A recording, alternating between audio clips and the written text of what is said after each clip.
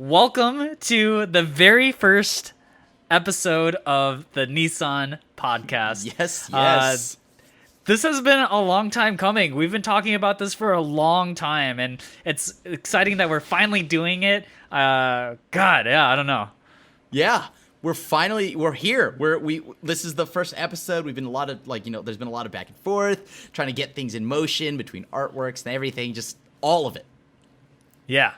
And so I guess we should just start with where we got started in anime, I guess. Just talk a little bit about our own anime viewing habits, and I guess I'll go first. I've been watching anime since forever, as long as I can remember, Yeah. And I feel like there have been times where I stopped watching as much anime, but I was one of those kids that would go to Borders after school and just sit in the manga section and just read manga all day until my parents had to pick me up. Borders. And so I was that kid.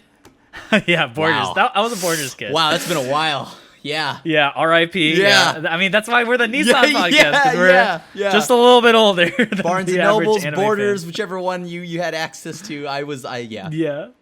Mm-hmm. And then I'd go home, and then I'd watch anime on Toonami and on Adult Swim, and Yep. and then I guess I just never grew out of anime like my parents expected me to, and so I just here I am watching 10 series every season, and that's kind of my anime origin story. But what's your name? I don't know your name. Oh, that's right. Oh my God, that's a crucial bit of information. Yeah, I'm Xell. And with me, we have the Asian Avenger. Yo! I scuffed this intro, man. It's okay. Oh, It's God. okay. It's the perfect first episode. You know what I mean? That's Xell. And then, of course, I'm Crim, also known as the Asian Avenger. Yes. And I think I've been watching since middle school. And it all started without even actually really getting into anime. My mom, I used to live in SoCal, knew that I liked Dragon Ball, so she just got me tickets to go to what was an anime expo. And I didn't know that. I didn't know it was a big thing. And I remember I went there and I saw all these characters I saw on TV, Goku, and then I saw a bunch of people running around as Initial D cars, in cardboard Initial D cars, zipping around the convention floor. And I'm I love this. I love everything about this. So I want to become more a part of this world. And that's when, would get home. I would watch Toonami, I'd watch Adult Swim, so Trigun, Cowboy Bebop, Witch Hunter Robin, all the good stuff. And then eventually, I like you, except I went to Barnes and Noble and I was in the manga section. Okay, then Barnes and Noble's guy. There's actually still a Barnes and Noble. Right, there's still one or two I think in my area, so we're good, we're good. And I'd read manga there, and I'd also read comic books. So I just spend most of my time there, just doing that. And tons of anime. Holy cow. I've been watching anime for a long time and never quite grew out of that phase myself either. Yeah. I mean, it's super exciting because, I feel like back in our day, it was, way harder, right? Nowadays, anime's freaking everywhere. It's crazy to me how big anime has actually gotten now and, how much more accessible it is. And it's at honestly, Urban Outfitters. There's no better time. It's literally at Urban Outfitters. I walked in and I saw, Sailor Moon and Dragon Ball and all this stuff, and they're it's that big now, right? So, yeah. So I guess the first bit that we'll do on the podcast is talk a little bit about what's been happening in the anime universe. Today, actually, there was some pretty big announcements. JoJo's Part 6 was announced. I think JoJo fans are extremely excited about it. I don't actually know how many JoJo parts there are now. Do you read the manga? I have no idea. So another thing is I haven't read manga in a long time. I am now just strictly a person that watches all their anime. The most I read are a few webtoons here and there. So yeah. So for me, this is great because I haven't read anything, so I only know as much as the show will let me know. Yeah, gotcha. Have you watched JoJo's actually? So I've only watched bits and pieces scattered throughout all the seasons because of my old roommate. I would always walk in. There's the AC/DC episode, which is weird because I am a huge music person, and everything JoJo is musically driven, and I love that. So I should be watching more of it, but I watch bits and pieces scattered throughout the whole series. So I wouldn't say I'm gonna be the #1 JoJo fan, but I do get up on the references. I'm up to date on some of the stuff, so yeah. Gotcha. Yeah.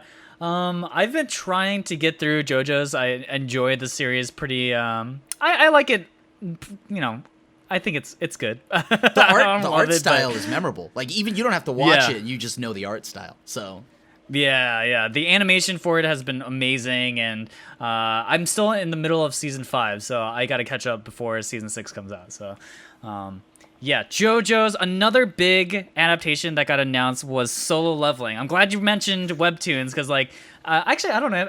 I don't actually know Solo Leveling was ever a webtoon technically, but it's in that same sort of style. But yeah, Solo Leveling got a anime adaptation, and I'm super pumped about it. It's the one thing that I've been reading. I don't read manga anymore. Yeah. But Solo Leveling is the one that people were like, oh god, you have to read this thing. It's so hype. And so I don't know. I'm super hyped about this. I think Mappa is also the one who's going to be adapting it, and Mappa has been doing basically everything. So hail Mappa. Are they see? Because I guess.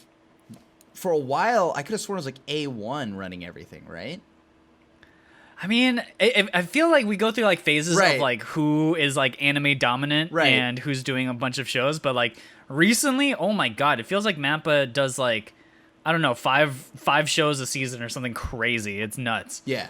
Well, this is great because I mean, you see, I haven't read it, and I saw the promo art for it, right, for Solo Leveling, and the coloring and all of that, it looks my vibe, if you would. Yeah. So I am definitely gonna watch that when it comes out. So yeah. And then I guess we can talk some of the other stuff, but I think honestly the other big thing is that there's a new season of anime that's starting, and so I think people are pretty excited. This last season of anime was probably one of the most stacked seasons of anime I can friggin' remember. It's just there were so many good shows last season, so I guess we can talk a little bit about the new season of stuff that's happening, but I think we should probably do an overview of everything that had happened last season, what anime we were watching, and do a overview on it. Yeah, and I think this is great. And for those that are watching right now at home or listening, however you're checking this out, we're gonna normally go week by week, tell you what we've been watching. And then kind of fill you in on what what we liked and what we didn't like, and tidbits here along the way. So, but right now we're coming in right at the end of the last season. So we're gonna just do this quick overview, and I'm really excited because, Xell has mentioned, it was a very stacked season, which is welcomed because the season before that was really dry for me. I think I had 2 shows I was watching, maybe 2 shows. So yeah. I felt like we were kind of in an anime drought a little bit, where I was I liked some of these shows, but some of them didn't really capture me. And but this last season, oh my god, this last season was insane. I actually had to stay up late because there's actually so much anime to watch from this last season to catch up and make sure I was ready for today's cast, because there's I think actually 9 or 10 titles for me, and usually every season I get about 6 good titles that I can stick with all the way through. Yeah. So, but this past season has just had a lot. All right, where should we start? Where do you want to start with this? Should we alternate? What do we want to do here? I think this is gonna be great, right? Why not just start with the ones that we felt what was an anime that you watched from this past season that you're most hyped on? Let's just start with that. What did we love from this season?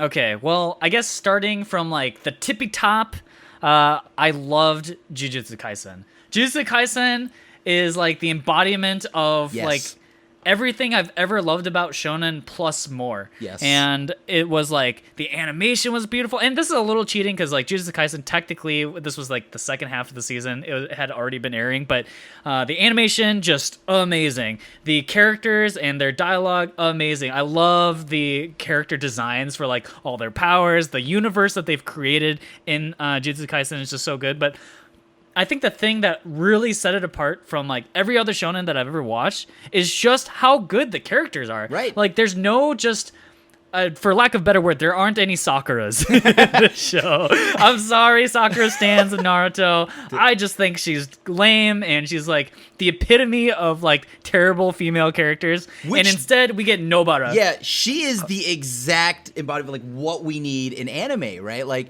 the most badass like you could ask for, like female lead. Like she's so cool. I love her. Yeah, and I think that was the main thing for me. Like this show. Like, they could call Yuji, like, Naruto, whatever, pink Naruto, whatever you want to call it, right? But, like, the thing here is, Deku got called green Naruto. Everybody just gets called a variation of Naruto. But I think these new shonens, they do have a benefit of having all their predecessors. So they're able to capitalize on all the, the failures of the old animes and the shonens and whatnot. And I think for a while, I actually hated most shonens. I thought they were very cliche, formulaic, and not really fun to watch, right? But it wasn't until about recently where you saw like the pacing of most of these shonens now they're getting it. I don't want my 22 episodes of talking. I want my 4 episodes and we're moving on, right? The next arc, we're ready. And if it's a longer than a 4 episode arc, it's good. There's a lot of meat there. And I think that's the best thing about Jujutsu Kaisen. Before, I didn't think, I think it's like the fun thing to like hate on My Hero and like Demon Slayer now. But I feel like those shows gave me the meat, and they didn't stretch too many things out. But Jujutsu Kaisen really did a solid job. Their pacing is perfect. The character development, every character's written as really well. They're lovable, like you had mentioned, and most importantly, I don't feel like there was a wasted episode. And I think they avoided the tropes. I love, at this point now, I apologize if this is a spoiler, but I assume by now you're watching this, so you've got to have at least seen a decent amount of it. I love that they went from, instead of the classic school tournament arc, boom, random baseball episode. What? Yeah, I'm here for that. Like, that's brilliant. Yeah. I mean, I'm glad, like, you brought up kind of the paradigm shift that happened in Shonen, because like I feel like for so long Shonen followed this very long cycle of arcs, right? Your One Piece, Naruto, Bleaches, where arcs would take hundreds of episodes to get through, and nowadays again, like you said, like people bag on stuff like Demon Slayer, My Hero. Slayer, My Hero. But at least, things are just kind of to the point, and there's no fluff as much. And even the one fluff episode that Jujutsu Kaisen had in the baseball one, even there were so many good character moments, and they even used that as like a catalyst for like character development later on in the show too. So like, even their fillers are actually good. So I don't know. Jujutsu Kaisen, nailed it out of the so ballpark. Good. Let's go with that. They nailed it out of the ballpark. Oh god. Well, that's the first dad joke of the podcast. Look, I'm gonna let a few of those slide. All right, every now and then.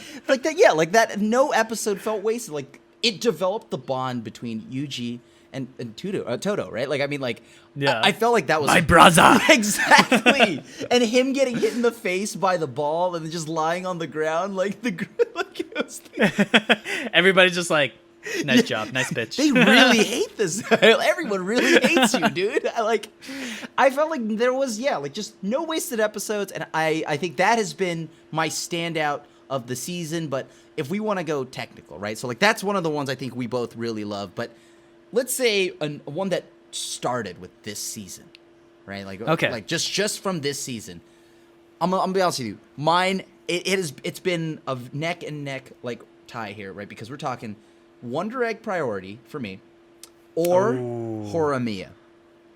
Oh yeah, I love both those shows. I love my horror. Like I mean, I have a Junji Ito jacket on. So like I love my horror. So there's the art inspiration that you see why I would be drawn to Jujutsu Kaisen. But on the other side of that, I love my rom-com slice of lives, and Horimiya gives me it gives me everything that I ask for. And I mean that because like there's tons of slice of lives that I watch and I really enjoy, and they're great, but the characters aren't relatable to me, and I don't feel like they're just they don't seem real.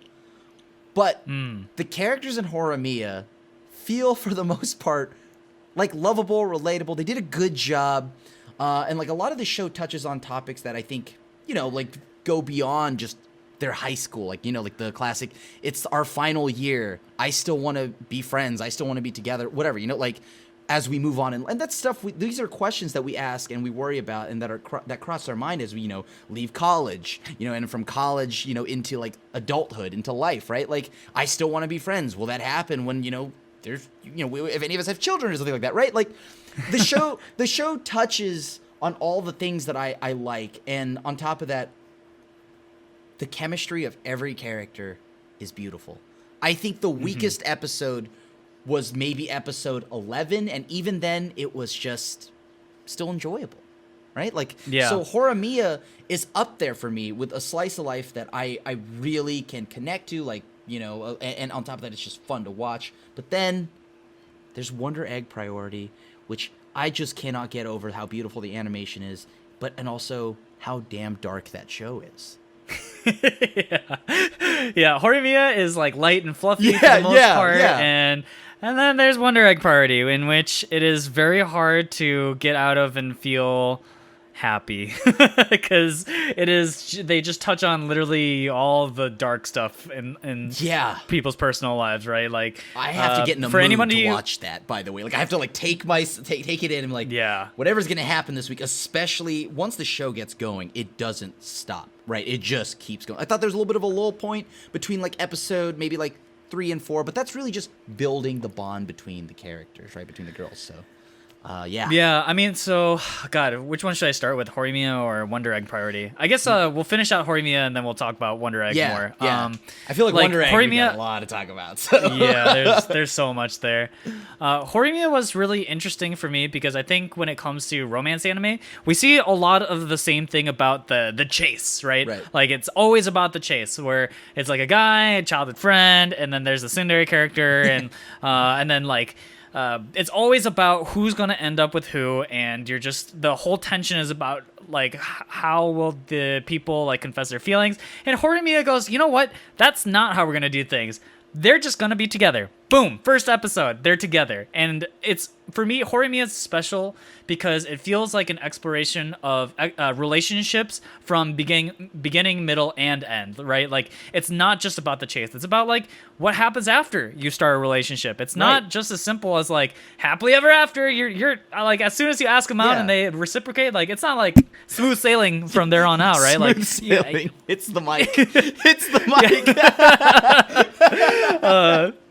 And so, like, you know, I thought Horimiya was such a breath of fresh air, and honestly, my only complaint with it is that it's over. You know, I kind of wish, like, I wanted more out of it, more exploration of relationships, and, like, I don't know, I'm kind of sad that it's just, like, it's just over. It was in the blink of an eye, it just feels like, that's it? Like, that's my only complaint. The manga, I believe, at the time of recording this, right, I don't believe the manga it's either about to end, or it's just like it's somewhere around there, right? So like I'll have to read the manga, but like that currently, just from what I have, like, and like what we have from just watching the anime, that ending is it just ends, and I do want so much more. But I, like you had mentioned, I love that they snap you out of that classic fairy tale cheese, right? They pull you in. It's like there's actually this real element of maintaining a relationship, right? And the worries and the insecurities that you experience inside it. And I thought like that's brilliant. Like, just like how, like you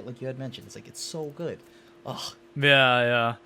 So that's Horimiya. It was like an S tier show for me. I was like kind of conflicted in the beginning, but as soon as they started to introduce more characters and their relationships with each other, I was like, oh no, these characters are godlike. Yeah. And I just want more. I don't think there's a character I don't like, to be honest with you. I want them all to end up with their happy endings, right? But like, I feel so shafted on one character. Sakura! Yes, exactly. You knew exactly. I knew exactly who you're talking about. Sakura. Where is her happy ending, though? Right? Yeah. Because she's just not gonna get it. Yeah. And that's it. Like, and maybe that's explored upon in the manga. But like from the anime and my knowledge of the anime, that's it. And Yeah, and pour one out for the homie Sakura because she Seriously. got done dirty and come on, just write a new character, make a bonus episode right now, and give me a character. I don't care, just give me something for her, right? I just need to know that she's happy. Yeah, Please. I'm like dead on the inside. I'm like, but what about Sakura? So Yeah. like it's just a heartbreaker that she's not gonna get that, and then on top of that, like so many people have compared me to Mia, right? Miyamura. So like, and I'm like, is it because we're both like gothy alternative guys or something like that? But like, just that like the final episode, his like outro monologue, and that he talks about Hori and all that. It's just like, dude, he's such a sweetheart all the way to the end, and I felt like I could relate to that guy, right? Like, it's just like, that's an everyday person right there. You know, like, I like him, right? And because these are once again, the show touches on the insecurities of a relationship, and it's like, will I ever be good enough to match, you know, like what you give me? And I appreciate you so much, right? Like, and there's stuff like that. So I love that about like, he's just such a good main character. He is such a good main character, and Hori is like, she is great. I love her so much too, and like the humor, the back and forth, like that show is so good, and it's over, man. If you gave it a rating, what would you rate Horimiya? Out of 5? We going out of 5? What how many Nii-Sans are we giving it here? Like, let's like. How many Nii-Sans is too many Nii-Sans? Because I feel like 10 is a lot. Yeah, 10 Nii-Sans. Even 5's a lot. See, because like I feel like if you say a 10 Nii-Sans, right, like that's pretty easy, right? Like you could just say anything about 7, right? But Yeah. I think let's just say out of 5, right? We're gonna on this episode right here, right now, everybody watching, listening, 5. It's gonna be out of 5. That's the perfect. I think that's the perfect number. I would give this, if we're comparing it to other romance animes and like slice of lives, I would give this a strong 5. A strong 5. Ooh. Because the weakest episode was still very good.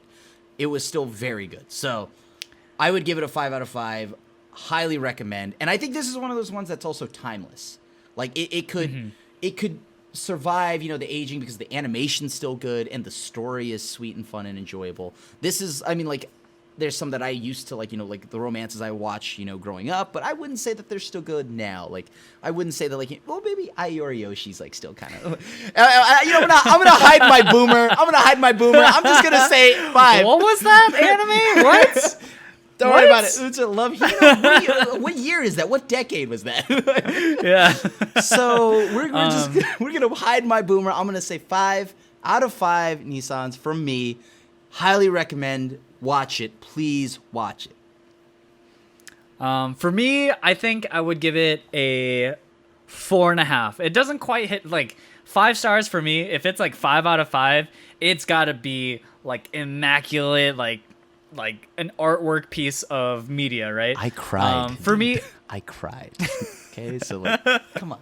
no, I think I love Horimiya. Don't get me wrong. I think it's up there with some of my favorite anime ever, except, again, I felt like there were some bits that I wish there just were more of or less of or whatever, but it's still, I think the show is like super worth watching. I think it's one that like anybody who is interested in a show about relationships should watch Horimiya, 100%. So 4.5 for me. No, 4.5. Understandable. And like, and this is one of those shows where I feel like, of all the things to only get like 12 episodes, 13 episodes, like this one, I wish it got more than that. Because I feel like it should be up there with 24 episodes, 22 episodes, and that would give us a good, good. Like, I feel like I haven't gotten closure. You know? Like, it feels bad. Yeah. I just feel like I haven't gotten closure, and it's mostly just because of Sakura. I'm not gonna go over that again. We're not gonna open that again. I'm just gonna say that it just hurts, and I feel like I need closure. So I think this is one of those shows that could be 22, like 20 plus episodes, and then call it quits there. But yeah. Other than that, flawless. I think for me, flawless because the interaction between the characters and all that, and like just every bit of it. Love it. Yeah. I'm glad you brought up Hurt, because now we're gonna go back to Wonder Egg Priority. Oh baby. Whew. Okay, so to preface Wonder Egg Priority, just entirely like at the top, content warning, trigger warning. Like, this show hits very dark places, like self-harm. It talks about like really a lot of suicide Yup. stuff. That's like a very central theme to the show. Especially suicide God. amongst like teenage girls, stuff like that, growing up, dealing with all these things. Like it's pretty dark. And then, like let's once again, like we're talking like serious issues like sexual assault, just all of these deep things, and struggling to come to terms with your identity and who you are as a person, which is extremely prominent growing up as a teenager, right? So like these are some serious hitting issues. Yep, and the thing is that they don't hold back. I mean, they talk about like what it means to be trans, what it means to have gender roles be confused for you. What does it feel like to not have good role models? Like, there's so much just growing up, themes that happen in the thing. It's just Wonder Egg Priority is just an exploration of pain and suffering of growing up, and like not exactly having the best support system around you, and how to fight back against when like it feels like the cards are just stacked against you. And I don't know. And what was kind of crazy to me was hearing, so I watch a lot of my anime with my girlfriend, and hearing how her stories aligned with a lot of the girls from the story, and how common these issues are for women. That was kind of mind-blowing from my point of view, because like, I'm a dude, and I think dudes have it a lot, easier in certain respects. And so like hearing about how common it is for like sexual assault, or just like people expect these things out of women in general. And I don't know, I just thought Wonder Egg Priority really delved into these sort of deep topics, and not only did they just delve into it, it was beautiful in execution. The stories were really good, the characters are amazing, and I don't know. Like, and like tie that all together. Like, I guess for this, just how good the show is, the cherry on top is how beautiful the animation is, and how they take all of these insecurities and all these big deep traumas and turn it into this creature monster that, wow, right? Like the creativity, art wise, and like all of that art direction, all of that is phenomenal. It is phenomenal. Yeah. So, I'd like the art, except, well, I have to preface this is that the last episode that it has currently aired, because the last true episode for Wonder Egg Priority won't air until later in June. They ran into heavy production issues, and you can really see it in the last episode. And it's so sad because I felt like they built up so much with Wonder Egg Priority that it felt kind of bad seeing how like garbled it got towards the end. So I'm hoping that with the amount of time that they're putting into this last episode, that they are going to somehow finish off strong. But man, the first like 10 episodes or whatever were just god tier. I loved Wonder Egg Priority. See, I feel like the production stuff I didn't notice until this episode. Just like the episode that just aired with Mr. Suisaki or whatever, but like her mom's boyfriend. And then you could just see like the lines on the art just kind of like looks a little jagged. I don't know if that's meant to be like that, but I don't think it is. And it just, you could see where the animation kind of falls a little short there. But the story of the episode is more than enough to bail out any, shortcomings of the art so far. For me, I think the story behind it is like, holy cow. So I do really, really, once again, I cannot tell you enough how enjoyable this past episode was, because you finally get like the pacing. As I had mentioned earlier, the first, let's just say 5 episodes, right? It feels like it kind of just goes a little slow, but that's because you got to get to meet everybody. And then after that, once you meet everybody, the hits just keep coming. And then finally, you see when they finally come to like they lose their pets or whatever. Like that was when things got a little dark, right? Like a little like darker than I was expecting, right? Like it was like hitting really hard there.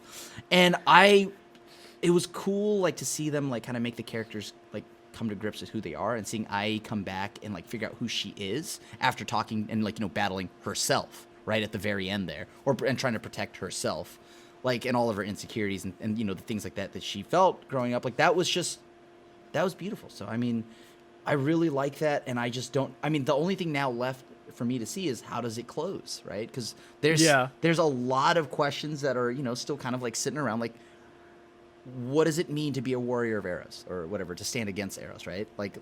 Yeah. I literally have no idea how they're going to finish this episode. Not going to lie, like, they have so many arcs to close here of, like, where Ai is going to go with her relationship with her mom and her mom's boyfriend.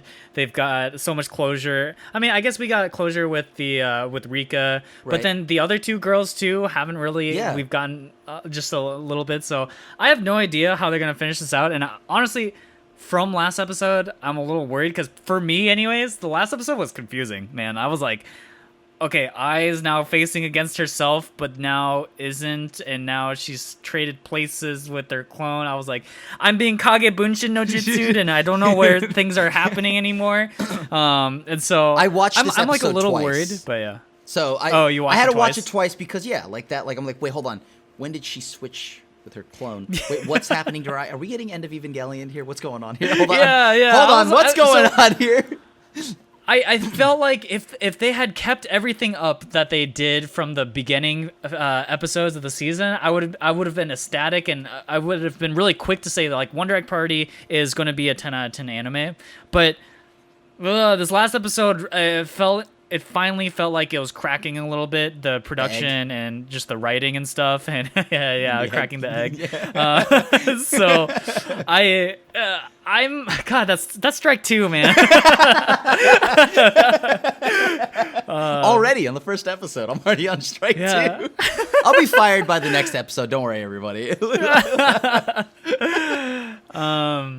yeah, so I'm worried, but I hope that now that they have a little more time to finish out, because I heard that with that last episode, they actually didn't even get it shipped to like the TV networks in time. They had to actually delay them for like a couple of hours to get it on air in Japan because it was like so last minute. Yeah. And that's crazy. I also heard that some of the producers that were working on Wonder Egg got hospitalized. Like, I think one person got hospitalized twice during their production from overwork, and so the pressure behind like working at an anime company is unreal, and I feel like that's a whole nother topic, right? Like, so we won't open that can of worms, but to hear that they've been hospitalized twice, that's a work environment. That's a work environment. Yeah, so. It's super unhealthy, and like I think at this point it's pretty common knowledge that Japanese animation studios overwork their animators like by a lot, but.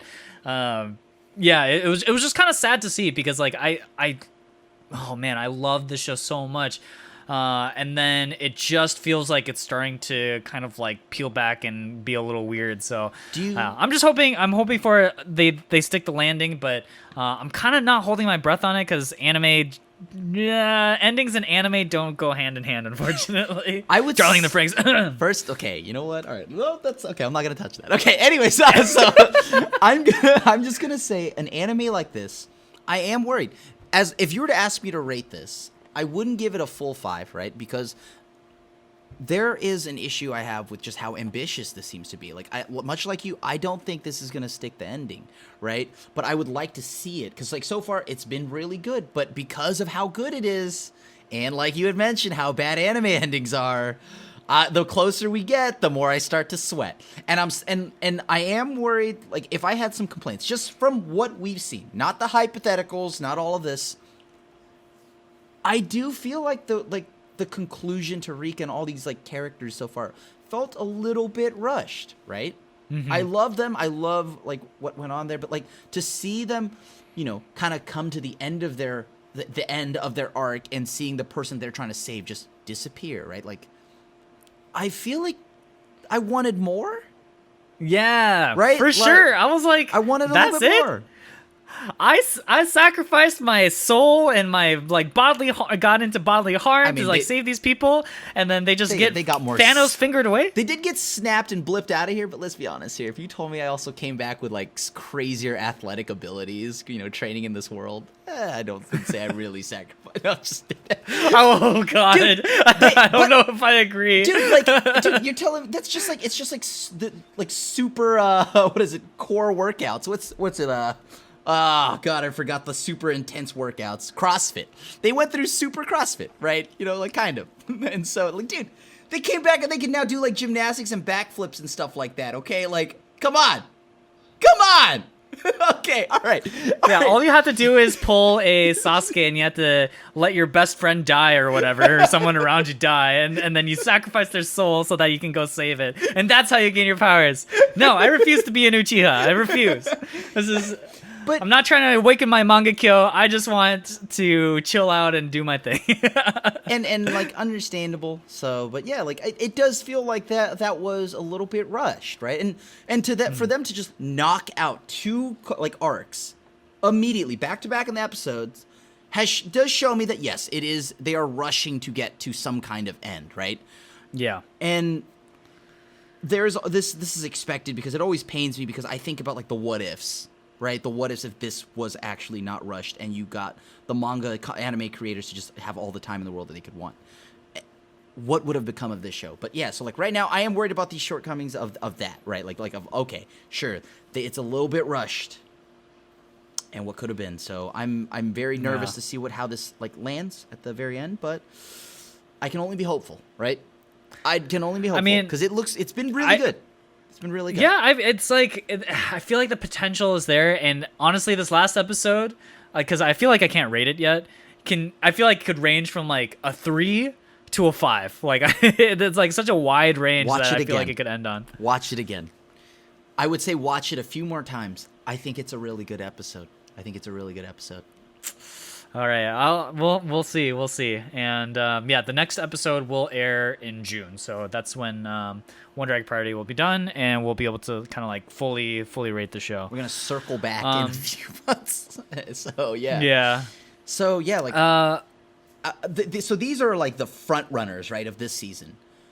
There's one last one that's like the big front runner for me, Attack on Titan. Oh right, Attack on Titan. Oh my god, Attack on Titan this season has been a banger. I know there's been a lot of controversy over the animation, which I think is completely nonsensical. Get out of here, anime fans. You guys are crazy. I'm literally watching X-Arm right now. I've seen what bad animation looks like. That is not bad animation. Just admitted it's like, he's watching not perfect. X-Arm. We'll get into that at some point.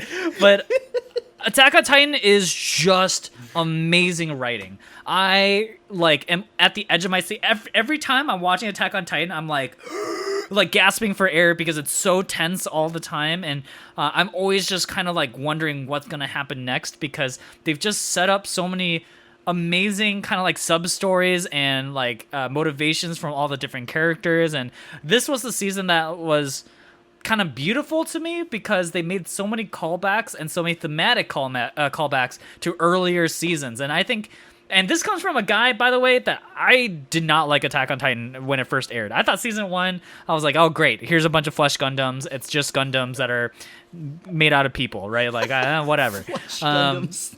That sounds so bad. It is. That sounds are you so telling me bad. it's not a Flesh Gundam? Say that to yourself again, alone, out loud. A Flesh Gundam. Does that not just Flesh Gundam? Flesh Gundam. It's like Flesh Bloody Mary. Gundam. Stop! You're scaring me. I'm gonna summon my Flesh Gundam. All right, dude. Just whatever, man. You do you. I'm not here to yuck your yum. Okay. See, I'm glad you enjoy it, right? I'm glad you, because I'm the opposite of that. I feel like I loved season 1. I love season 1. Am I the pleb here? Like, I loved season 1, and then season 2 came around, and they literally rode around the outer wall. They met up, and they said, "Oh wait, why are we here again?" And then went back, and then I just stopped watching it. Like I read the manga. This is the last. Actually, no, that's a lie. The last manga I read was Shokugeki no Soma. But like the thing here is, Attack on Titan, I think I read up to like chapter 79 or whatever, where it's like, it's possible John could die here. That's the last thing I saw with the cowboy dude in the city or whatever, right? But I will say that everything from season 2, from season 2 was pretty bad. So, but I've been told season 3 was really good, right? So, season 2 looked like a big stinker to me. Like Xell has convinced me to go back and watch it, so watch it. I will, because the hype around this final season is pretty wild right now. So I want to see what everybody's talking about, but like season 2 was the point where I dropped off. So I need to go back and keep watching. I have this terrible knack where I drop things if if it consistently is not good. Like a Nokian in Final Fantasy Yo, 14. hey, you know what? Look, this is an anime podcast. We need to keep this professional, dude. Okay? We need to keep this professional. If we're just throwing daggers, dude, you know what? I don't need it. I don't need this. I had to chuck that one in there. Daggers, oh my god, it was dude. just teed up. For those that don't know, if you play Final Fantasy online, a black mage has a buff called Enochian, and if you ever drop that, that's like worse than death. So, and the thing here is, I might have dropped it a few times. Okay, whatever. Moving on, Josh. Moving on. Get out of here. Okay. So just to talk about Attack on Titan, for me, 5 out of 5. I think it was amazing, and I cannot wait for the next season, which should happen, I think, late this year or early next year. I forget again. I think but it picks pretty back soon. up when Jujutsu Kaisen returns. Somewhere around Oh my there. god. That's Jujutsu Kaisen and Attack on Titan in the same that's going to be a banger season, no matter what. Yeah, exactly. And also, before we move on from this, too, and move to like the mid-tier real quick, what would you rate Wonder Egg? We never actually... Oh, so for me, it's hard. Like, because I felt just like... from what you see now, though. Right now. Ignore all the outside noise. Everything you got from episode 1 to now. Where are you sitting on that? That's tough. I think I'd still give it a solid 4. I think 4 is super fair. I think, like, they've set themselves up to where the ending is super important. But everything that they've done to there has been, I thought, pretty well executed, aside from this last episode. Like, everything before that, I really thought they just nailed it, and they got so much of the themes just so tightly written. I just love the animation style. It's so beautiful to look at. Like, all the environments that they're in, the character animations are just beautiful. So for me right now, I'm at a 4, but it's tentative. So with much like how we had mentioned, it's grasping at a lot here, and it's taking on a big bite. But if it sticks this landing, this has got to be one of the best animes in the last like long time, right? Like we're not going to open this can of worms, but I will just say this is like if Madoka Magica had good characters and a good story. But, whatever. I'm just going to go ahead and move on from that one, and I'm going to just plant that. I can't believe you just like toss that in there with...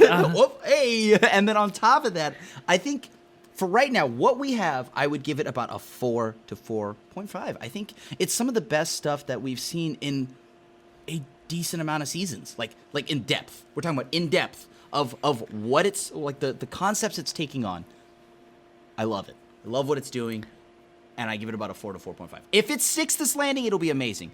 As of right now, it's a very solid anime. B+ for me. B+ for me. I'm still reeling from these statements. These What? Which statement? Which one are you talking about? I don't even know where to start. All right, well, if you're gonna drop daggers and low blows, by the way, I may as well drop 1 or 2 hot takes. It's fine. It's fine. Alrighty. So those were our like top this season must watches. I guess there was in my opinion, there was a bunch of shows this season that weren't quite like those level, but were very, very good. So I guess we can start talking about some of those ones as well. I would say, like, for me, right after all of those, like those mentioned right now, those were the haymakers for me.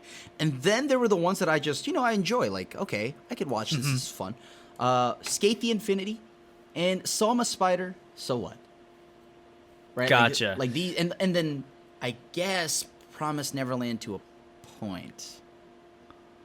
Ooh. To a point. And when I say to a point, hold, like episode 4 of season 2. Ooh. Because I liked season 1. And I liked what... Yes.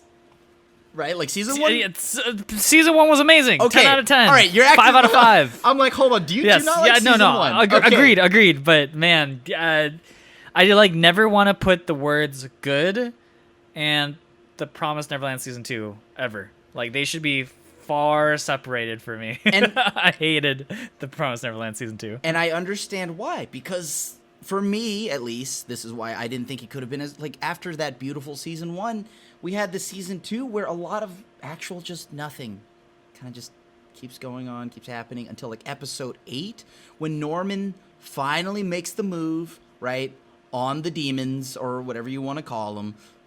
That was when we actually saw something happen in this world, something meaningful. Yeah. So there's a lot of air. Like, I guess when I say up to episode 4 was my breaking point of like, what is actually happening this whole time? Because nothing has happened this whole time, right? So realistically, I would say, if you were to ask me how many episodes were in the Promised Neverland season 2, I would say 1. It started at episode 8 and it ended at episode like maybe like 9. But the episode that it gave was good, right? Like episode 8 was good. Emma meeting Emma. I forget which episode it was. Yeah, I liked that whole scene where like Norman comes to like face his crimes essentially, and that was like the one good episode I thought for the entire season. Like for me, I was worried going into it because the manga readers had been saying that like, oh, they potentially cut one of the best manga arcs, so I was worried to begin with, and then the episode happened where Norman is explaining all the crazy shit that he was up to, by himself in the Lambda whatever facility.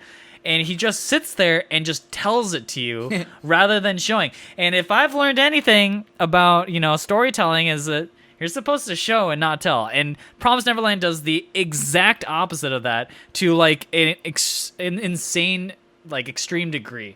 And I thought, they even time skipped at the end, right? Pretty much. So, oh god, the best way to put Promised Neverland, honestly, one of the comments I read was just like they basically did an any percent speed run of the entire plot of the Promised Neverland. They just sped through everything. Like even in the first 4 episodes, it's like, boom, they escaped the farms, they gotta find a safe place. Boom, they find the safe place. Okay, boom, the safe place is now destroyed. Boom, they meet Norman. Norman's alive, and apparently he's been up to creating like genetic drugs that will defeat the demons. Boom, and then he like blows up a village. Boom, and then he regrets it, and then they have to go away. And then boom, they fight against the guy who's like orchestrating all of it. And then boom, that dude just the mothers come out of nowhere. Yeah, and then he kills himself, and then the mothers show up, and then everybody else shows up, and then everybody's like, okay, we gotta save the kids. Okay, and quick the kids time go. skip. And then yeah, and then it's like, okay, we saved the kids, and then now the people stay back and behind, and then they go save the world. They defeat the monarchy. They beat God or whatever, and they like it was like all this stuff happens in 12 episodes, and I'm like, what? And it just ended. Family road trip to New York City, baby. Yeah, and they finish it. They top it off with some bagels at Pizza Joe's or whatever on 13th Street in New York City. Swung by the Nintendo store, and then call it a day, right? Like, I just cannot believe the audacity of the people who made this, and it was very telling to me that this was not intended, because one of the primary episodes in which like things really fell apart, there were no credits for it. No one wanted to take credit for that episode. They were like, yeah, we're just gonna put it out there, and sorry guys. I think it was the pressure, because like they cut arcs, right? So the pressure of how well season 1 did, they wanted to ramp it up and get it out there as soon as possible, right? They didn't want, I think it's because like they didn't want the Attack on Titan effect, right? Like season 1 nailed it, and then we waited how long for season 2? It felt like 10 years of my life until I finally got season 2. I almost forgot what Attack on Titan was by the time season 2 came out. So, like, yeah, like I think that the pressures of that showed. Mm-hmm. Right? And the thing is that I think to begin with, at least from the manga reader perspective, I haven't read the manga, but this is just stuff I've read. People were saying they were going to be worried anyways, because like the writing of the Promised Neverland apparently drops in quality like pretty fast all the way to the ending, and so people were already worried about it. But the thing is that considering I guess the way I would have wanted it, right, is like there should have been some time put into like what stuff can we salvage from the manga and make it better than the manga, right? Right. But instead, I feel like what we got was just a rushed pile of just burning garbage, right? And I much prefer the world in which I forget that there's a first season of Attack on Titan, and they remind me with a beautiful second season. You know, I am much more in that camp, and I wish they had done the content justice. I wish they could have followed up, because, again, Promise Neverland season 1, amazing, 10 out of 10. I think everybody should watch it. but then they just took none of the good things about season 1 and put it in season 2. There was just nothing. It was like two different shows that I was watching, and I just want to forget the second one ever happened. I mean, I look at season 2 as more of like the bonus 2 episodes, right? That just get like, because that's really how it felt, right? Like it was the bonus 2 episodes that, oh, here it is. We forgot to include this at the end of season 1. I think you're a glass half full type of person. So I am. In my case, I was like, and it is to a fault. Yes, I am. And but at the same time, you cannot tell me though, like as much as I'm right there with you in that I think that season 2 was just a lot of air and nothing happened. Also, it was insanely rushed. But episode 8, when Norman comes to grip with it, like what he's done, I think that's a moving episode. When Emma meets Emma and you see that, like, hey, like it's the classic, there's always 2 sides to every story, and I like it. I just wish everything around that episode was really good at all. Like just at all, like at least watchable. Like, you know what I mean? That was the one good thing I think that happened. Even the animation I feel like sucked. when we saw the demon, whatever, when it started like genetically getting like even overblown and it's hunting them through the woods right before they meet up, it's right before they meet up with the 2 demons that helped, like, Rei and everyone. Mujika and Sanju. Yes. Helped get them out of the woods again, right? Like, that demon looked like... Okay, I'm going to reference a show that we're going to talk about in a few seconds, but... So, Spider, right? Spider's animations in there are... I feel like it's intentional, right? It's funny, it makes sense, everything makes sense there. This has that same animation, but it feels like... Oh, God. We just ran out of budget or something, because, like, this sucks, dude. Like, it doesn't work in the theme of how the show works, right? Like, it just looks bad. Just, why is this one thing randomly getting the 3D animation? Like, why is this getting the Ruby animation? You know what I mean? Like, what's going on here? Why just this one creature? When every other demon doesn't have that, pretty much. Not every other. They still have it a few times here and there, but, like, it's pretty ugly, right? Like, it's bad. Yeah. So... It's bad. It is bad. There's a lot of flaws, but you know what? It's okay, because episode 8 was great, right? I am giving this season a 0 out of 5, except for episode 8. I give that a 3.5. I give that a 3.5. I think that episode was like a 4 out of 5. Yeah, it carries. It carries the season. I don't think it's quite a 0 out of 5, but it's got to be close. It's got to be like a point. The 0.5 was episode 8. The one shining nugget, and that's pretty much it. Any rating it has is from episode 8 to like half of episode 9. So like for me, I'd give it like a 1, and it's just solely on the back of that episode. Solely on that, yeah. So like I cannot recommend this season to anyone that's watched. Please don't watch this after first season. Just watch first season, then fill the rest with your imagination. There is no season 2 of Promise Neverland. There is no season 2 of Promise Neverland. What do you mean? I just forgot the last. What 10 are we minutes. talking about? I don't even know. know. I have no idea. Okay, let's move on to the next show. You mentioned Sk8, I think it was. Do we want to talk about Sk8? Sk8 the Infinity is good. But you know what? Actually, so Sk8. I think we can gloss over Spider real quick though, because Spider. Okay. Yeah. Let's talk about that. I think Spider specifically has a charm to it, because that's a show where it's the most obnoxious concept. It's another isekai, so it's already got a lot to like measure up against, right? It's got big shoes to fill up to. And on top of that, it's a show that I don't think I've actually seen a show like this where it's been entirely carried by the voice acting of the main character to get you into this show. Because a show... Yeah, Yuki Aoi with a crazy performance for the show. Somebody ask how their back is, because they are carrying, and it is unreal how much the voice acting is carrying that show, because the main character, if voiced improperly, would be Asta to me, Asta or whatever, like from Black Clover. Annoying and just unbearable, right? But the voice acting is perfect. It's charming. It's hilarious. Absolutely hilarious. And this is where the animation of the monsters that the spider is fighting It's like if you loaded up your N64 and you just turn on whatever monster you found from your N64. That's the graphics of the monsters in this game. But I think because the show is such a meme and it's self-aware, it feels intentional, right? Because how do you have such a good budget around the animation on everything else but the monster it's fighting? It looks like this terrible... It's got like 4 pixels, 4 very big pixels, blocky, and it moves... kind of like a K'NEX figurine. Am I too old? Do you even know what a K'NEX is? So like, do they still exist anymore? I don't know, maybe, but like the thing here is, it looks like it moves and it hurts every time it moves. So yeah, it looks like how Ryan Seacrest. You would imagine, like its movements. I don't know. This doesn't make sense to you, but if you can get what I'm trying to say here, it's just, if I could describe its movements, it's Ryan Seacresty. Like how he looks is how it moves. So like.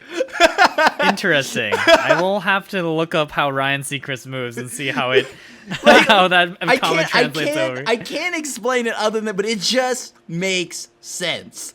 So. Other than that, though, the show has spider pop outros. The music's amazing. I actually wish they would just cut all the other characters out, to be honest with you. All this school stuff was boring. I'm like, okay, whack, get that out of here. I don't need that. Where is my favorite spider? Because this is what I want to see. And like they're so aware of how OP the main character is that they just do. And like how isekais have been, they throw this wall of text at you all the time, every time. It's like, oh, you got 19,000 upgrades. Here's what happened. And I'm just like, sure, you could literally just write Weenie Hut Jr. 1,000 times over up there, and I wouldn't have read it because I just assume, okay. You got it. So yeah. I like that it knows what it is, and I think that's why I enjoy it. And I think because it knows what it is, that's why its art is a meme for the monsters.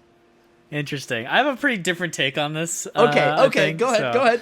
Yeah, it's all you. Because for me, I just thought they wish they had the budget. So some background here is that they, I believe this is the same studio that did the animation for the horrible CG Berserk series. Ooh, that was a doozy. So this is the same people, and to me, I don't think their CGI just cuts it by any means. And so they create these scenarios for the Spider Girl that are supposed to be really tense. Like, she's solo fighting like 100 monkeys that are like throwing shit at her, and you're like, oh man, how's she gonna get out of it? But instead of feeling like I'm invested into the story, I just cannot stop watching how ugly these monkeys are. And then even in the finale of the season, where it's like, she's against this elder earth dragon, Araba. Yeah. And he's all powerful and mighty, and you just see him take down this other really crazy strong monster, and you're like, this should be a like spectacular finale. And I just watch Araba, and he looks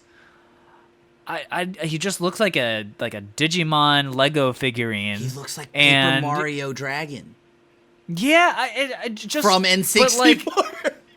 They're trying to make like drama and hype around this stuff, and I just cannot unsee the animation. And so for me, it pulls me out of it. And to me, the school kids thing presented one of the only cool things about the narrative and world building of the story, which is that it's not just her that's isekai'd. It's an entire like classroom / more people who are isekai'd, and they even clue into the fact that maybe this whole world is artificial, right? It could be even just like the Matrix. And to me, I thought that was like the interesting thing, because let's face it, we've seen a billion isekai with an OP main character who levels up. Like that's not unique by any means to Spider. But so that's why I was kind of excited for the other characters, because I was like, well, what happens when you have one isekai OP character meet a classroom of like a bunch of isekai characters who are maybe slightly less powerful? Like I'm kind of curious, because they set up that conflict between the two, but we don't get to see it this season. And so like for me, it was kind of a letdown. I enjoyed it. I thought the main girl, Yuki Aoi's Spider Girl, was voiced amazing. I thought her whole shtick as a character, and even the animation of the main spider, I thought was pretty well done, even though it was CG.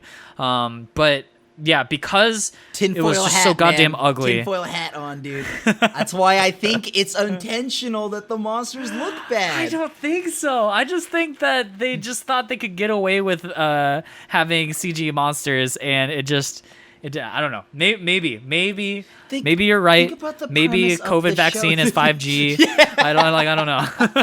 Just wait till that 6G hits, baby. No, like I totally could see that. Yeah, maybe this is also just them failing, but I just think because of how self-aware the show is and the concept of it, they have to know. There's no way a boardroom of people looks at that and is like, "Yo, that is sick in 2021. I'm watching." My counterpoint is X-Arm was released. Boom, mic drop. I can't. You can't That's use stuck on the X-Arm thing. as a rebuttal to everything because nothing beats that. That's like the Exodia of like every other argument. Like, I can't beat that. What do you want me to do about that?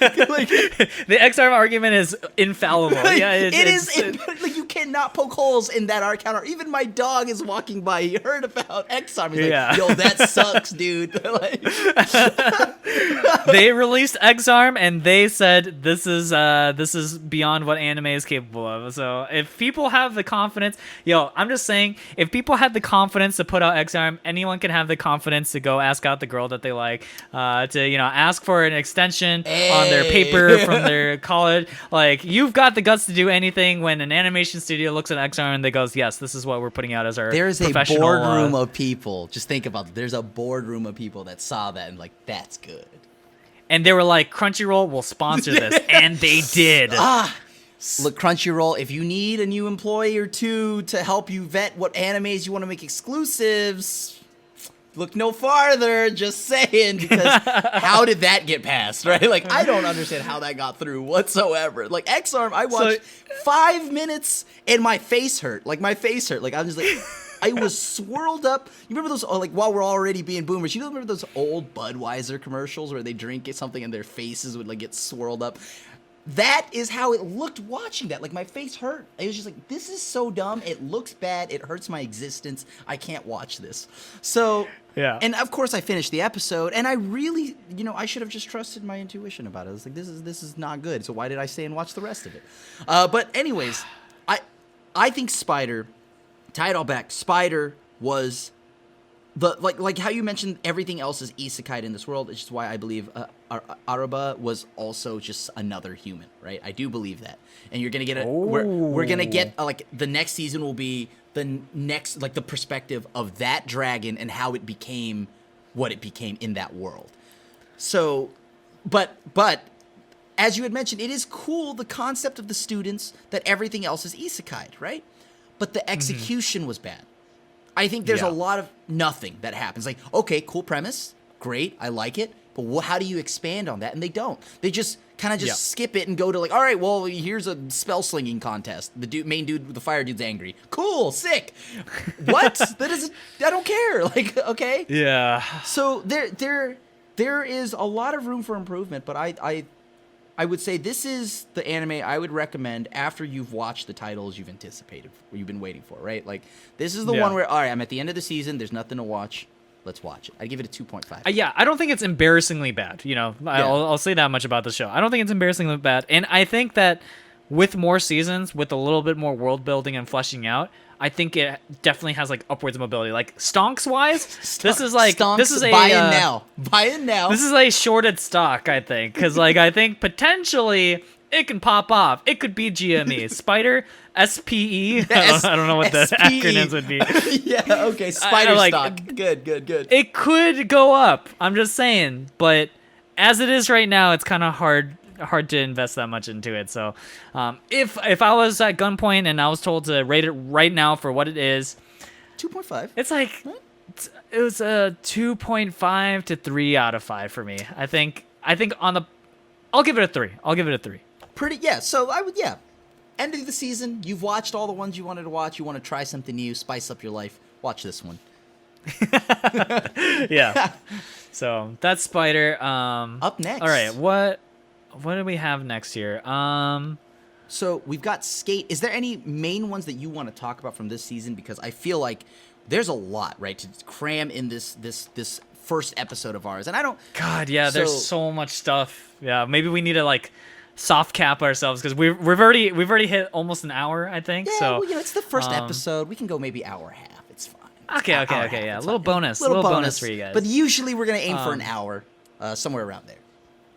if we're just talking about some of the ones that I really enjoyed this season that I want to just mention, Dr. Stone. I know Crim has terrible taste and doesn't like Dr. Stone. I'm not gonna talk about it. You go ahead, do your thing. Talk about Dr. Stone. Okay, so talk about Dr. Stone. So again, I want to reiterate that Crim has terrible taste. But I thought Dr. Stone was incredibly charming, had very fun world building, and even though I thought I would lose interest in it, it always brought me back.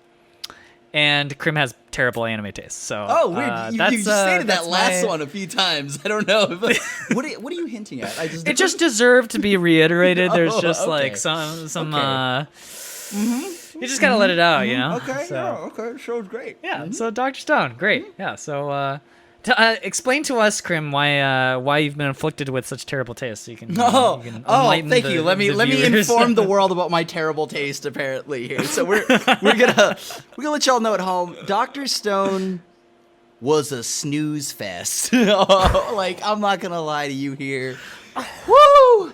The world building, there's a lot there. I liked it. I liked the characters. You know, this is a good start. And then somewhere like 3/4 of the way in of season 1, oh my god, I was so bored. Like, like, I love when they talked about, like, you know, okay, we went into space, you know, these were the first people, like, you know, they came back to Earth, everything was gone, you know, this is your dad, whatever. Cool beans, this is good, this part's good, I like this. Then afterwards, they just kind of dropped the point, and then they just, I don't know, I just didn't feel like I had any interest anymore, and it's because how slow it moved in between, like, them building each item or the next element or, you know, getting the next ingredient. A lot of it was just a little too slow for me. So, and maybe that changes if I watch season 2. I just actually dropped Dr. Stone after season 1 towards the end. While I'm on it, I'm going to just keep spitting right now. Let's drop hot fire. ReZero season 2, I don't know what happened there. I loved season 1. Season 2, caca.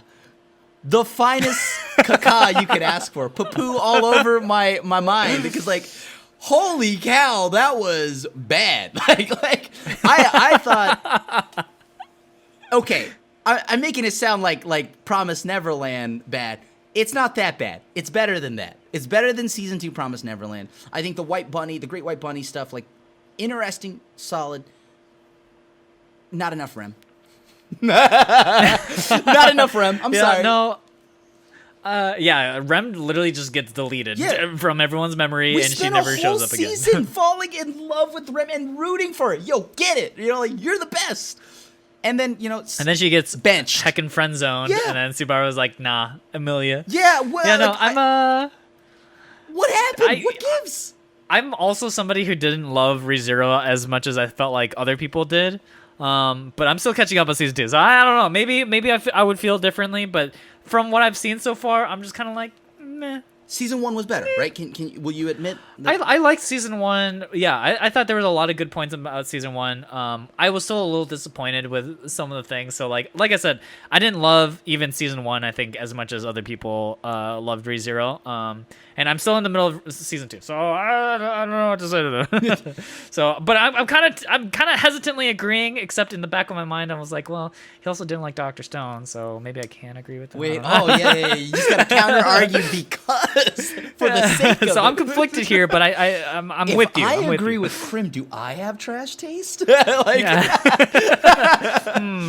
Question for you at home: you must ask yourself if you agree with me. Apparently, questionable taste. Yeah, we gotta put that on the YouTube comments. Like, does Crim have terrible anime taste?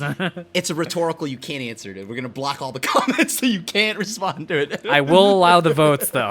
I would like to see the votes. And keep it at last thing I will say for my while I'm spitting on my soapbox here.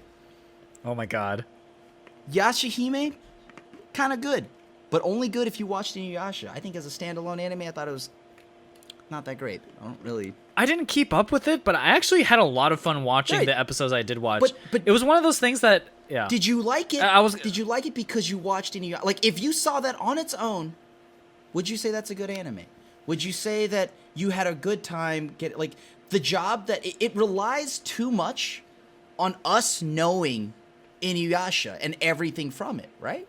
So like I think it's totally okay for it to do that because it is meant to be a spin-off show, right? It's not like but like think Boruto. I don't think Boruto is good, by the way. I think Yashahime is infinitely better than Boruto, but at least like Boruto has its own failures that I'm not going to touch on. But the thing is, like Boruto, at least I could watch that, and I have zero knowledge of Naruto, and I could still enjoy it. If for what I can understand what it's trying to convey here, like what its message is, why the main character does what. You know, they're like even without knowing who Naruto is or where his parents are, you know he's still looking for his, you know, there's still a lot there that you can kind of pick up on without actually having to know what happened in Naruto. Yashahime relies on huge parts of like just it feels like, hey, the people that watched this growing up, they're 30 now. They probably want to know. They need a reminder that they're 30, so we're gonna drop that out there. Yeah, I don't know. For me, it didn't bother me, but again, you know, I might be biased because like I grew up watching Inuyasha, so right, like for I me, did too, right? Like, I loved it, which is why I would recommend Yashahime if you watched it. Yeah, but I think I would have felt that way regardless because like it is a spin-off show, and like I feel like they don't really explain the kind of the core thing of Inuyasha of like, oh, how the worlds of feudal demon Japan is connected to modern day. You know, there's a lot of stuff that they kind of just fluff over, and they're like, we're just gonna get into these characters that are, you know, whatever. But yeah, I don't know.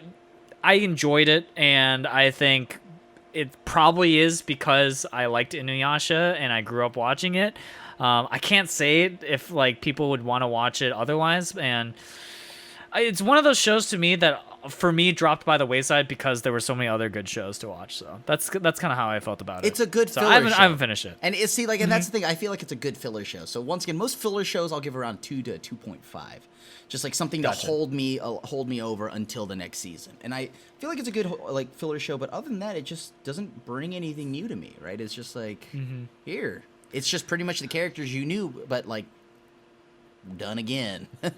And yeah. So, but like now that we've dropped my 3 mentions, are there any others that like by chance that you watched that you dropped or anything like that you feel like were kind of misses this season? Some of the big misses for me this season is Sk8 Infinity. I know a lot of people enjoy it. I know the fan art community has popped off with Sk8 and their character designs and all that. The show didn't land for me. And for a show about skating, it didn't land. Oh. Yeah, it was sketch, you know. It's sketch. Like, yeah, okay. It bailed. Yeah. It bailed. All right, cool. Yeah, and I just part of it was that it felt like a amalgamation of pieces that could work together but didn't really satisfy any of it. So like I liked the characters a lot, and I liked this. One of my favorite episodes of Sk8 was the slice of life episode where they just like go to another island and they just dick around. Like that was like one of my favorite shows episodes of the show, and I wish there was more of that. But instead we get like skating conflict and the beefs they call them in the show. Yeah. And they were cool and well animated, but they were almost not stupid enough for me to get my suspension of disbelief out of there. Like there were moments where I was like, okay, they rail slide to take corners faster. I was like, they kind of ground things a little too far into like pseudo reality for me to like completely put away my suspension of disbelief. And so from a skating anime point of view, I felt like it doesn't really do it for me there either. And then on the third final like amalgamated part was the relationships with the characters, and I was kind of like, I feel like these characters should just be dating. I don't know. I felt like as like a yaoi show.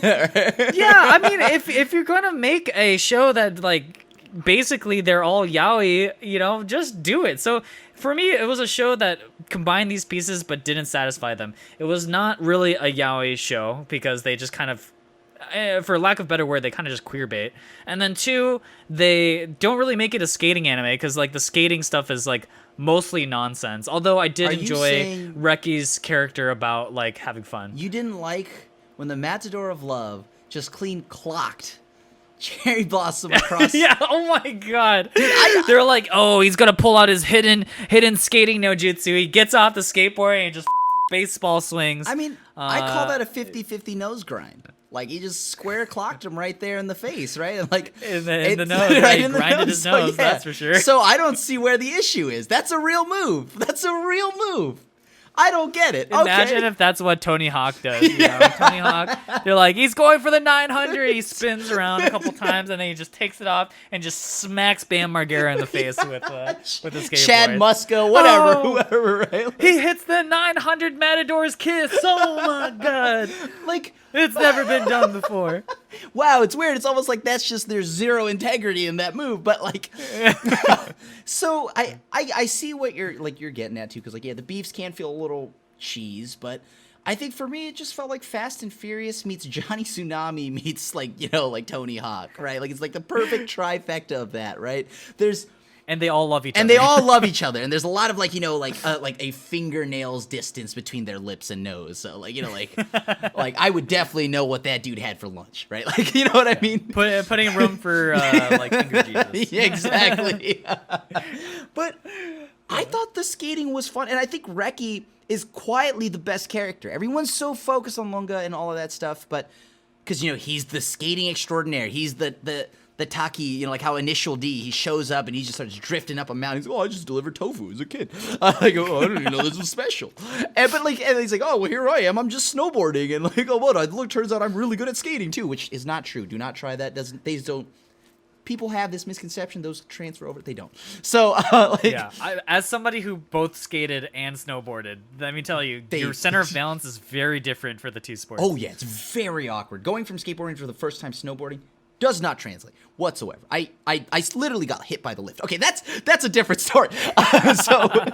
So like the thing here is, I just want to say is that I think the show did a good job of like just kind of being dumb. I guess it wasn't dumb enough for Xell, but I feel like it was just the right amount of dumb, because literally none of this makes sense. Like, why would you ever do any of those moves, right? Like, why would you do this? And like the whole point of skating down the mountain and all of this is like, of course it's owned by like a rich corporate dude, and like they had the showmanship was good. I think the showmanship was good. The ridiculousness of like the Matador of Love felt like the ridiculousness of Pegasus from Yu-Gi-Oh.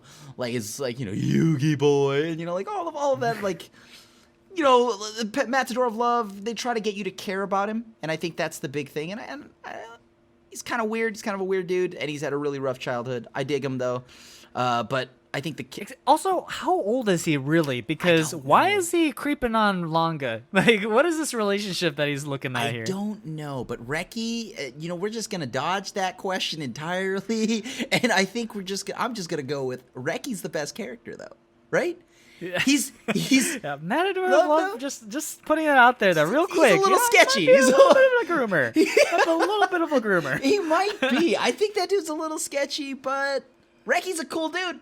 And I do like Reki for the most part. He is the best character on that show, because if you ever watch Brink as a kid, then you'll know what I mean by soul skaters, right? I think for me, he felt like, I'm a soul skater. I'm going to skate for fun. I'm going to do this because it's fun, not because it's for the money. And that's why I like him. And he's the underdog. You root for the underdog, and I think that's why I like him. I really... So when I was watching it week to week, I was kind of annoyed at his whole depression arc a little bit, and mainly because I was like, oh, he's whiny, and then his skateboard shop guy is like, oh, it's okay to be a support, and Reki's like, no, I don't want any support. And I was like, okay, well, what do you want to be then, right? And then the conclusion of that whole arc was that I'm here to have fun, and that's why I'm doing it. And I actually liked that, surprisingly, from where I thought that it was going to go a different route, and he was going to find his way as like a supporter of these great skaters around him. But I actually loved what happened even more, which is that the essence of it is that skating for him is not about anything else but having fun. And I think that is such an important lesson and really relatable, I think, to a lot of people, because not everybody can be an NBA star. We're not the double lifts of anime, we can't do that. So not everybody is equipped to be the best at everything that they want to be. Not everyone can do it, but the thing that should drive us to even want to start is just that it's fun to do it. And I think right, the journey, so like to get there. Yeah, And Reki is the perfect person to kind of like personify that, right? He Yeah. doesn't really. He's not exactly the best, but the thing here is he's the one you root for because he's the relatable one, like Xell has mentioned, and that's why I love it. Right? We can't be the Tony Hawks, right? We're like as much as we all like to believe we're the main character of every anime, we're not. Like we're just not fit. Some of us just aren't suited. So I will gladly be the Han Solo, the side character. You can be Luke, whatever, right? You can be the main character. I'll be the side. I'll be the 3PO, whatever. So don't be the C-3PO. Okay, whatever. I whichever droid you want to be, you can be Sebulba. I mean, whatever. So the point here is, I think that they're like Reki has a really good lesson to teach us all, and I think that's the most important part about what Reki brings to the show. So that is why that if you want a good underdog story, just watch it for Reki. Ignore all that other stuff. Ignore the background noise, the beefs and all of that. Like the characters are very enjoyable. The other thing that I didn't mention is just the animation is gorgeous and the soundtrack is amazing. The opening and ending songs, both hot fire. They're the bangers. intermission. I loved it. The intermission. Yeah, songs? I loved the little intermission. Like Yeah. aesthetically, it is very good. It was just one of those anime for me that didn't get to, again, for me, it just didn't get to where I thought it needed to go. But I know that I think I'm kind of in the minority there. But it is a beautiful anime to just like watch. Yeah, it's good to look at, and don't take it for anything else other than that. Just don't think deeper than that because it's not great, but you kind of expect that.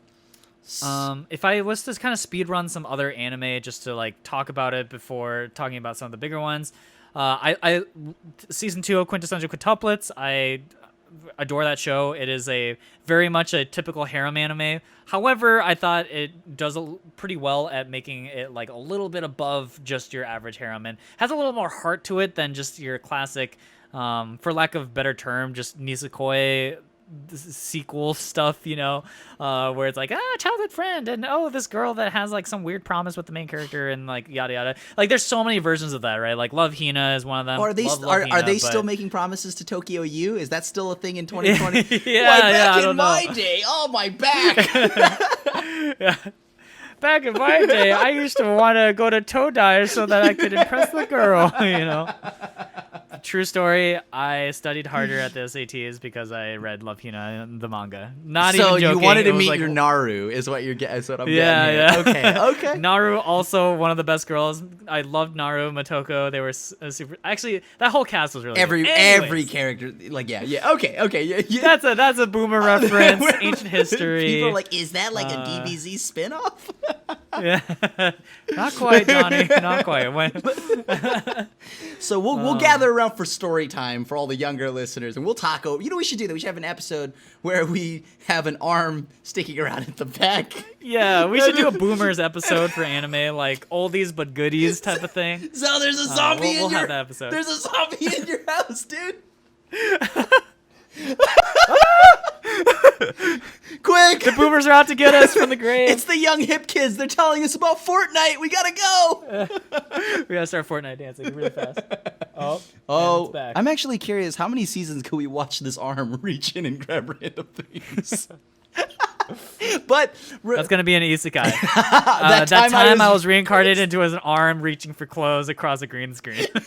10 seasons. Oh, wow, look at this. Look at this character development. It just waved. Hello, arm. Oh.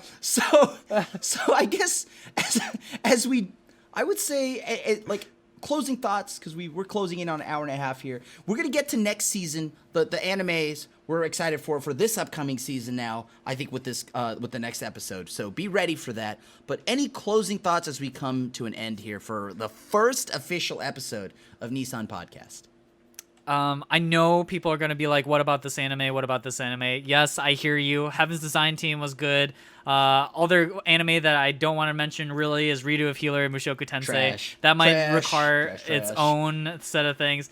People are gonna be really upset. I hope you know, Crim. We just upset a ton of people by saying it. Tell me something I don't know. I mean, my That's true. You've already set the targets. I built my foundation on the sturdiest foundation of sadness, apparently, in anger. Yeah. So, and apparently, trash tier anime. I know people will have a ton of things to say, so please let us know in the YouTube comments. We've also actually set up a subreddit /r/NiiSan podcast. I'm pretty sure it Editor will be on the screen wherever somewhere. it is. That's where it'll be. So if there are things that we missed, things that you guys want to hear us talk about, please send us stuff and we'll talk about it on the podcast. And aside from that, I'm just happy that we got this show on the road finally. And this will be a weekly podcast, and we hope to get it to you every week with all of our latest hot takes and such. Especially Crim's hot takes. First edition, by the way. First edition. So if you're... First edition. Yeah. If you guys are here, you guys are witnessing the birth of a legendary new anime podcast. So... thank you guys so much for watching, and we're just super excited. Yeah, so I guess, and then on that, I'm Crim. That's Xell. You can find us all over social media. Like, I believe with Xell, it's just Xell Tweets on Twitter. You can find Xell at like Twitch if you want any of that. Like streaming stuff, all also at twitch.tv/Xell. And then I'm just the Asian Avenger on everything. So thanks for joining us, seriously, on our first episode. And I am so excited we're here. Like, oh my God, it's done. Thank you. Yeah, we finally did it. We did it. Virtual high five. Yeah. Boom. Like quarantining. All right. Yeah. So, thanks everybody. And until then, we'll see you at the next episode, right? Hell yeah. All right. Peace.